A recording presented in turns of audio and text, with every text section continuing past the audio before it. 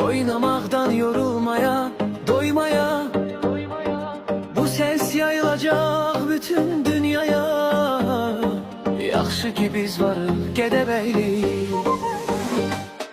Hər dara düşəndə dostum səsləyək, düşmənin qəddini sındıraq əyək. Hər zaman, hər yerdə ürəklə deyək, yaxşı ki biz varıq Gədəbəyli. Ülfətinə, ismətinə ayrımın, çörəyinə, nemətinə ayrımın, qurban olum qeyrətinə ayrımın.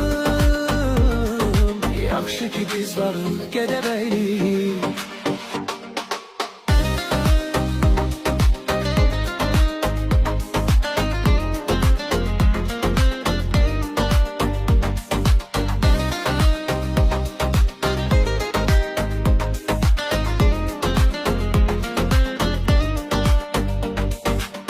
Metin İmranoğlu yazdığı şiir, adınız gelende kalbim titreyir.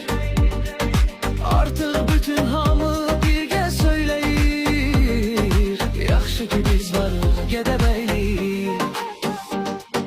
Ülfətinə, ismətinə ayrımın, çörəyinə, nemətinə ayrımın, qurban olum qeyrətinə ayrımın. Yaxşı ki biz varıq Gədəbəyli. Ülfətinə, ismətinə ayrımın,